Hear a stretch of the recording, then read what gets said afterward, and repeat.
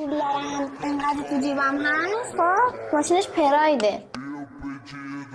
از اول برنامه اومدی نشستی داری میگی پراید کنسل. خب کنسل نداره حقوقش از من کم. خودت الان پرش داری. الان اومدم اینجا برنامه فان رکورد کنم مردم سرگرم بشن. از اول برنامه اومدی به مخاطب من حس ناکافی بودن نظرمو گفتم. مضر داری میکنی. نظر اون چیزی که می‌خواستم بپسندمو گفتم. والا الان تو اوکی ناخونکاری درآمدت خوبه خوش به حاله خدا بیشترش کنه نه اینکه بیای بشینی تخریب کنی بقیه رو. والا اونی که الان تونسته یه دونه پراید بخره اندازه یه دونه بنز براش زحمت کشیده. اونجوری نیستش که خیلی بهتر. ببین مشکل از پراید نیست مشکل از شماست.